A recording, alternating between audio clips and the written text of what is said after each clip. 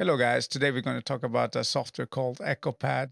I made this software, it's a little bit like sound pad, recorder pad kind of thing. I made it for myself and then some of the guys tested it, they liked it. So I thought maybe more people would like it. And I made it a little bit better, added some features, and I made an installer. Also, this is very much angled towards applications like Voicemeter, Matrix. It probably would work together with the upcoming Stream Deck software as well. I don't know. I haven't tried it, so I can't promise anything. At the moment, there's some Voicemeter and Matrix specific features like VBAN. You got native VBAN on there, so you can send audio over network. Let's just show you how to download it. There is a link in the description. We'll take you to this page. And then if you want to, so there's just a small introduction about the application, what it does. If you go to Docs and go to Setup, there's a more in-depth how to set it up. The only thing that's not on here is the installer, but the installer it shows itself how it works. So let's go back and now go on this one so I can show you, because if I pick the other one, then we'll only go to this. So this is the setup means that it's installer one. The zip one is just an exe file in a folder. It runs just the same. They're both the same. It's just this one is easier. You just download it, install, run. If you're still paranoid, you can download the code and you can just compile it yourself. It's up. If you're going to do that, you probably already know how it works. So that's it. You have to figure that one out yourself. Let's go to download. Go to folder. Double click. Installer is up and running. And yeah, he's a bit better looking than me, but go next, install, launch. So this is how the window looks like when nothing has been changed. So this is what you will see when you just install it. So let's open up the settings window and I will go through the settings with you.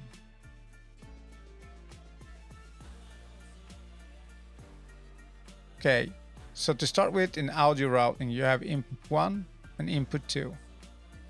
And I have been using this, so I already have saved settings. So I'm using matrix in 1 and matrix in 2. Matrix in 1 loopback. That means you're grabbing at the same point as the audio is coming in, because matrix is making a audio point at that position. So this is a little bit more I can explain in a different video if you want to, or just come in and chat. There will be a link to my Discord server in there for these applications in general, this and some other ones. Anyway, so this is mostly made, like I said earlier, mostly made for use with the Voicemeter. So you have extra inputs, extra connections, and so you can route exactly how you want it to be. So input 1, input 2 can be either, if it's in local, then you're using your loopbacks and also normal hardware inputs if you want to use that. But you can also go VBAN and send it via network. Or if you don't want to go sending it via network, but you, let's say, don't have the ports in Voicemeter, like the extensions or cables, you can then send it via VBAN locally on the same machine by using 127.0.0.1. And then if you're going to do this, you better check out how VBAN works, or you contact it in the server, because otherwise this video is going to be huge. This is VU meters. Just look white now because there's no audio input on this channel. Otherwise you'll have a green bar moving up and down.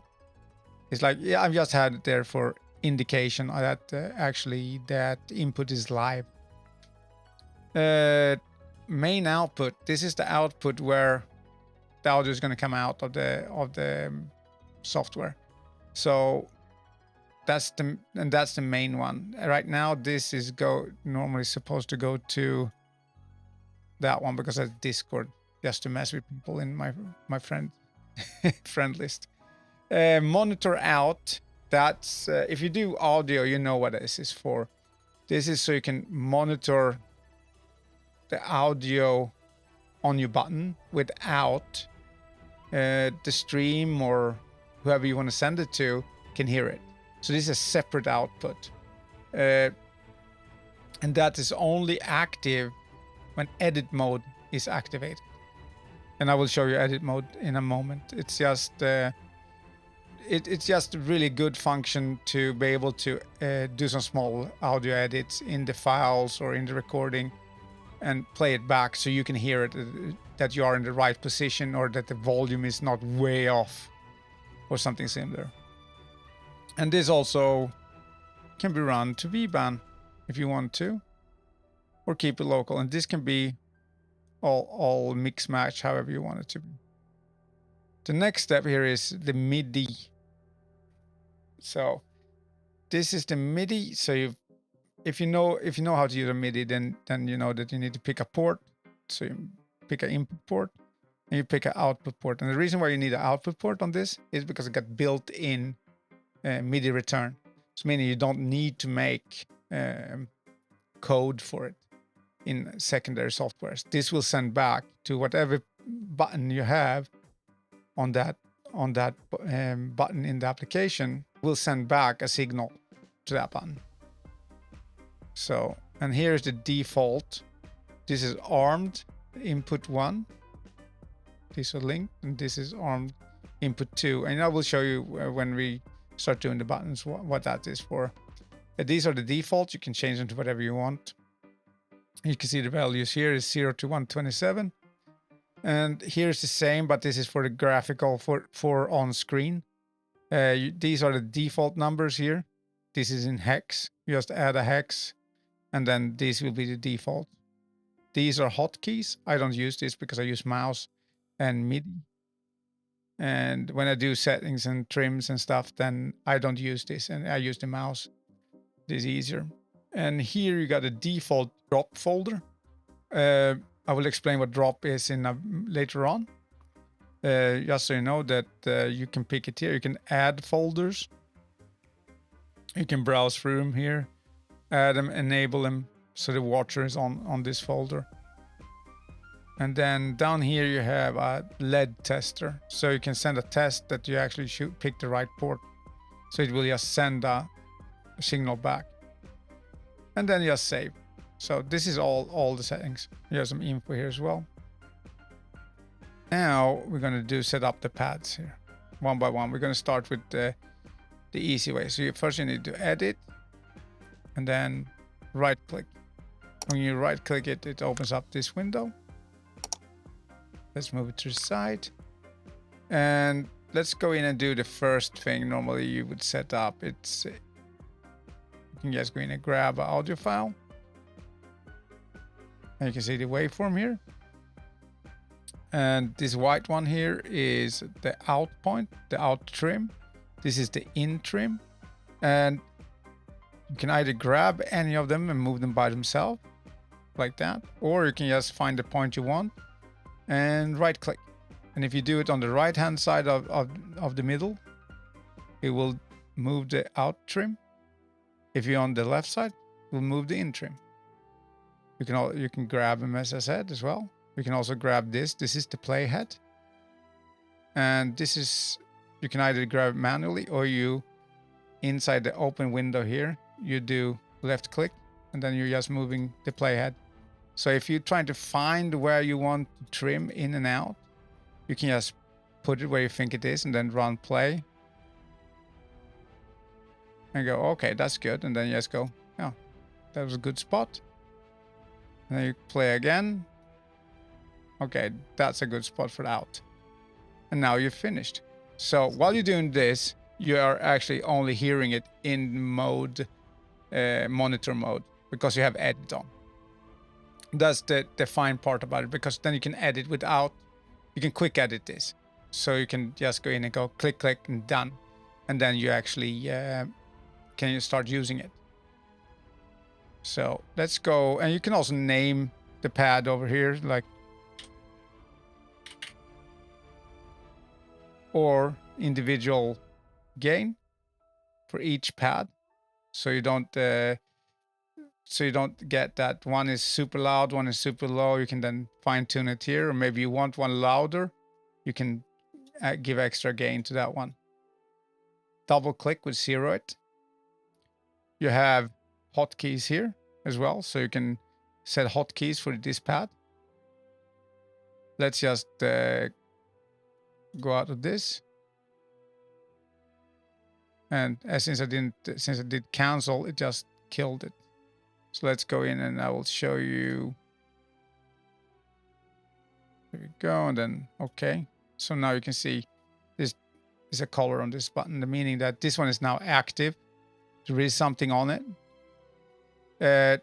While in edit mode, and if you want to really quick edit, you can go here with your mouse and scroll up. This is milliseconds. So you can see start trim millisecond, hover plus mouse wheel. If you hold shift, then it's every 100 milliseconds it moves. If you run without, it's only every 50 milliseconds. And this is, well, the same thing. So this is out. So you can just do it really quick if you want to. Just fine tune it. And then if you want to just clear the whole button, just hold the left mouse button on there for 3 seconds. You saw it started blinking, and after that it's completely clear. So next thing is MIDI. So here you go, click on the learn button, click on your MIDI pad. Since you already set up the port, numbers come here, and then you can pick whatever color you want to return with, meaning that if it's active, like you saw, there is a file on the button itself, then the MIDI board button will be whatever you set here. 28, I think that is green, like a bright green, at least on my MIDI board. Running is red, so meaning that as long as the audio is on, that is red. As soon as the audio finishes, it goes back to active. And if you clear the button, as you saw, it went gray. It goes also, you can decide a color, or if you have it on 0, the buttons will be off. Here is where you set the on-screen color. The one you saw there went like super reddish, orangey. You set it here, or you can just, if you don't have anything here, it has a default as well. So that's the coloring. The next step is now to show you the echo mode. Echo mode is it's a record buffer. It works a little bit like replay buffer in OBS or shadow play. It has 15-second buffer, meaning when that's active on this button, so the buffer is then on this button. And then here you have input 1, meaning that this button is using buffer 1. If you pick input 2, it would then use buffer 2. That's the 2 different audio inputs that I was showing you earlier. And so if I now pick 1 and go OK, it goes pink. So that's using the default colors that we already have in there. So if you change them, this will be something else. But this is the default. And if I go and change it to input 2, it goes to blue. And this is the reason why is that is so you know which button is connected to what input. So if you have them set, some people set them to like 8 of them is one input, 8 is another input. So you can see it. And how this works is that you have it like that. So now when you click this button now, it will grab the last 15 seconds, put it straight back on this button. So when I click it now, it went red, meaning that this is active. It has audio on it. And then when I click the button again, it goes green, meaning it's playing. Now it's no audio on there because I didn't have any audio input to it. But this will then stay green for 15 seconds. Or if you have a shorter clip, it will be staying shorter because it's all following the player inside. So now that means that you actually have audio here, and you can just click edit, and you can see you have 15 seconds of audio. There's actually nothing really, so it's just an empty file. You can go in and you can see this completely empty. You can see where it goes. It goes into this folder, and it also gives you which pad that made it, the date as well, because the file will stay even if you clear the button, so you can always go in and find it again. So that's, I think that's really good way to save it as well. If you do edit in here, it doesn't do anything with the main file either. The file stays the same. This is just for us listening. So that's one of the main features that I was looking for, was I could just click the button, do a recording, and as soon as the recording is done, I can just press the button again. So that's in nanoseconds. You know what I mean? You press the button. Next time you press the button again, it will play back the audio. Then if I hold left mouse down for 3 seconds, clears. And since this is already active in echo mode, so after clearing it, it's ready for recording again. Record another 15 seconds. The reason why I had to click twice was because I've been in edit mode, and it's a safety feature, so you don't by accident, when you click out of edit mode, click on a button again direct. So if you are in edit mode, go back out, and this is especially on the mouse, it will not be this. It's not the same on the MIDI can go direct. So anyway, and here you can then just edit it, quickly edit. If you know that the last 5 seconds are just bullshit, you can just scroll that away. Done.